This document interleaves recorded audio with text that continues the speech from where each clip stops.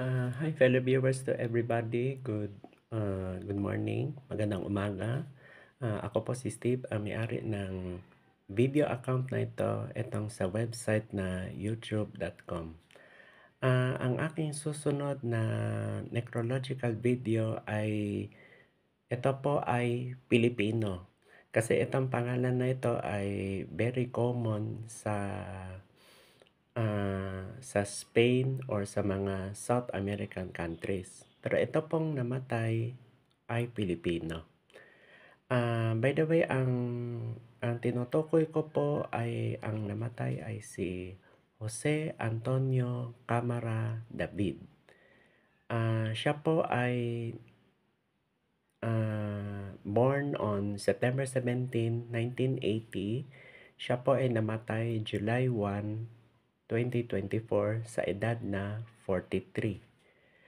Nagkaroon ng eulogy, ito ay funeral mass, ito lang Friday, July 5, 2024, 6 p.m. Kagabi.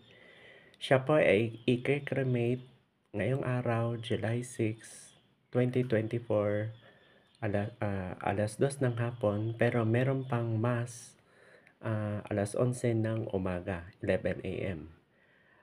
Magkakaroon ng interment sa St. James the Great mismo sa Ayala, Alabang, Muntinlupa City. By the way, ang lugar ng cremate ay i-held sa chapels mismo sa Heritage Park, Taguig City, Metro Manila. By the way, he is survived by his parents, ang kanyang kapatid or kamag-anak na si Jaira, J-I-R-A-H, Jaira, J-I-R-A-H, Ana, A-N-N-A, at Robert. By the way, before I say goodbye, don't forget to click subscribe, and of course, what my point is, don't forget to subscribe and click the notification bell for my further notice. Thank you so much for listening. Good morning.